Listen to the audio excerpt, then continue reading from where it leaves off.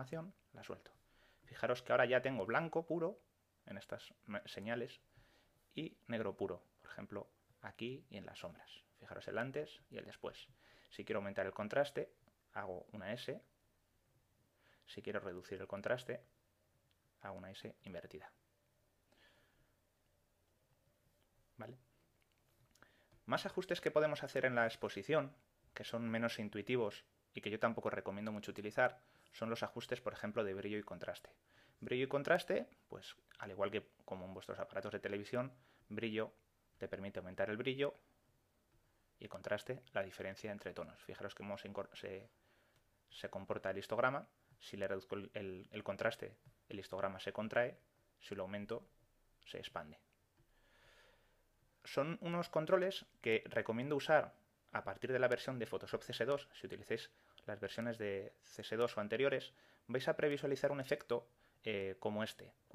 Si veis esta opción, usar heredado, y yo subo el brillo a tope, se pierden muchísimo el punto blanco y el punto negro, no los conserva.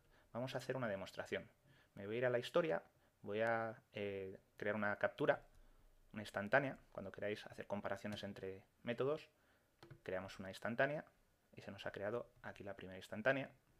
Vamos a realizar un ajuste de brillo-contraste con usar heredado, que son el que utilizaban las versiones de CS2 o anteriores. Voy a crear una instantánea, voy a deshacer y voy a volver a realizar este ajuste sin usar heredado. Le doy a brillo a tope y creo una instantánea. Este sería el método antiguo y este sería el método nuevo. La diferencia la podéis ver en el histograma. Vamos a sacarle. El histograma con el método nuevo, fijaros que la parte de las luces las conserva y las partes de las sombras las conserva. En el caso del método antiguo, se borra totalmente la información de la parte de las luces, se quema y no conserva nada la parte de las sombras. ¿Qué hace el nuevo método de brillo y contraste? Conserva el punto negro y el punto blanco. Aunque forcemos mucho la imagen, fijaros que no lava los tonos como hacía antiguamente. Por lo que si utilizáis los ajustes de brillo y contraste, voy a volver a abrir la imagen, utilizar siempre con heredado desactivado. Otro ajuste es exposición, que hereda sobre todo de los revelados en RAW y es muy poco intuitivo. Exposición nos sirve con un control numérico para darle un paso o dos o X pasos de exposición a la foto. Fijaros cómo se comporta el histograma. Si yo le doy dos pasos más, o sea, le estoy dando 4 veces más luz, fijaros cómo se comporta. Si le doy un paso más, le doy el doble de luz. Si le doy un paso menos, le quito la mitad de luz. Pero es un control que yo desaconsejo porque es bastante difícil de manejar de una forma visual. Vamos a pasar a los ajustes de color. Vamos a empezar por el de intensidad. Imagen, ajustes, intensidad, que es también un control heredado de los revelados en RAW. La diferencia entre intensidad y saturación la vamos a ver ahora mismo. Voy a crear una instantánea de esta imagen para que veáis la diferencia a posteriori. Voy a crear un ajuste de intensidad, le voy a dar intensidad a tope y lo que hace es que realza los colores, pero si os fijáis, no realza todos por completo. Voy a darle a aceptar, me voy a ir al principio en la historia y voy a hacer el mismo ajuste, pero con saturación. Le doy OK y creo una instantánea. Si os fijáis, saturación realza todos los tonos de color y instantánea solo realza los que tiene los tonos con más cantidad de color. Los que tienen menos color los conserva. Fijaros como aquí ha resaltado los que tenían más color. Y si vemos en saturación, satura muchísimo los colores. Una ventaja de este control de intensidad, por ejemplo, es con las pieles.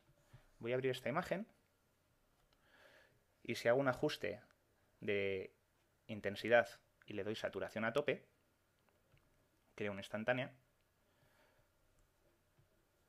y lo hago con intensidad, creo otra instantánea. Fijaos que saturación, la piel de la chica nos la vuelve totalmente roja, pero Con el otro control, las pieles, los colores de pieles los protege. Fijaros inicialmente cómo está, ha potenciado mucho el color del sofá y de las paredes, pero el color del tono de la chica, de la piel, lo ha conservado totalmente. Por lo cual, desaconsejo totalmente utilizar el control de saturación. Otro ajuste muy utilizado en fotografía es el ajuste de tono-saturación. Es un ajuste bastante común y nos permite tanto variar el tono, fijaos que hay que tener mucho cuidado porque a nada que variemos un poco el tono nos van a salir colores muy raros. Fijaros, por ejemplo, estamos pasando de los rojos a los verdes. Nos permite también modificar la saturación de la tonalidad de la imagen, tanto a nivel global, y la luminosidad. Luminosidad es un control que yo apenas empleo, salvo determinadas ocasiones. Lo que podemos hacer es, por ejemplo, los verdes, podemos cambiarlos la tonalidad. Elegimos colores verdes. Si os fijáis varía muy poquito, porque tiene muy poca tonalidad verde. Vamos a elegir amarillos. ¿Veis? Y cómo cambia, se ha puesto las plantas azules. Por ejemplo, le vamos a dejar ahí. Por ejemplo, si queréis cambiar los colores rojos, por ejemplo, bajarlos la saturación. Hemos bajado toda la saturación del color rojo, incluso de la piedra que tiene un poquito de rojo, se lo hemos bajado también. Podemos aumentar la luminosidad o bajarla. O sea que podemos ajustar todos los colores a la vez de la imagen o podemos elegir un determinado color. Por ejemplo, vamos a usar el magenta y veis que casi no se realizan ajustes porque no hay apenas magenta en la imagen.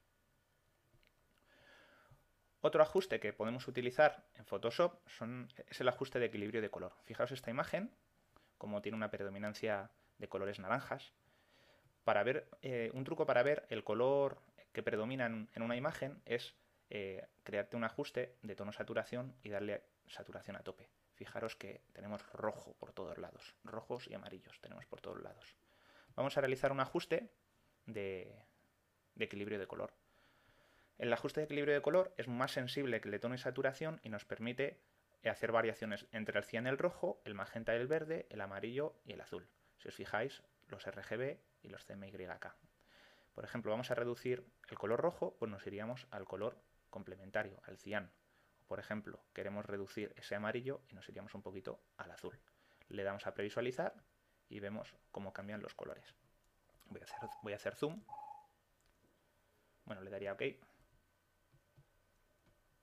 Voy a hacer el antes y el después y fijaros cómo se extrae de la piel ese color rojo que tiene grabado la imagen. Otro ajuste que podemos utilizar es el de filtro de fotografía. Los que estéis acostumbrados a utilizar filtros en la cámara os gustará. Incluso hoy en día las cámaras tienen estos mismos tipos de filtro, los tienen pregrabados. Por ejemplo, podemos utilizar un filtro caliente, que nos va a dar una tonalidad más cálida a la imagen. Le podemos dar más densidad o menos densidad. Podemos elegir entre toda la variedad de filtros predefinidos que tiene, por ejemplo un filtro frío, por ejemplo para dar una tonalidad más de invierno y una de caliente para ser una tonalidad más de verano. Y tenemos todos los filtros habidos y por haber. Por ejemplo, si utilizáis un filtro como el sepia y le dais a quitar conservar la luminosidad, fijaos cómo nos vuelve una imagen totalmente sepia. Si le dais conservar la luminosidad, nos conserva todas las luces, ¿vale? También podemos elegir un determinado color que nos guste. Por ejemplo, vamos a crear nosotros nuestro sepia, un sepia más oscuro, y le vamos a dar menos densidad. Entonces podemos tener un filtro a nuestra medida. Otro ajuste muy utilizado en Photoshop, que está disponible a partir de la versión CS3 y es muy intuitivo, es el ajuste blanco y negro, que nos permite convertir una imagen a blanco y negro. Tiene unos ajustes predefinidos con una serie de filtros que podéis utilizar para toquetear un poquito dentro de los ajustes de Photoshop. Por ejemplo, un filtro rojo que destacaría los cielos, un filtro naranja. También podemos hacer un filtro, por ejemplo, verde. Como tenemos la imagen en verde, nos aclararía todos los verdes. O lo que podemos hacer también es modificar los tiradores, por ejemplo, para sacar detalle dentro de esta flor que es amarilla. Fijaos cómo al jugar con los amarillos el blanco y negro de los amarillos varía, ¿vale? Es muy intuitiva. Podemos hacerlo con estos tiradores o simplemente haciendo clic encima de la imagen. Nos saldría un cuentagotas que nos determina qué color es el que está en la imagen y podríamos desplazarlo a izquierda y derecha. Fijaros, hago clic en la imagen, ahí la habría dejado bien. Si le doy a previsualizar, veo cómo está ese efecto en blanco y negro. Si queremos hacer un filtro sepia, por ejemplo, le daríamos un matiz, le daríamos más saturación o menos saturación y elegiríamos la tonalidad del virado de la imagen. Por ejemplo, un cianotipo estaría por ahí. Y podremos hacer este tipo de mezclas. Es una herramienta muy útil y muy intuitiva porque simplemente haciendo clic encima de la imagen nos movemos a izquierda y a derecha. Y fijaos cómo se oscurece y se aclara. Fijaros el antes y el después de la conversión al virado azul. Bueno, para terminar, pues recomendaros que os descarguéis estas imágenes, las tenéis en javierherrero.es.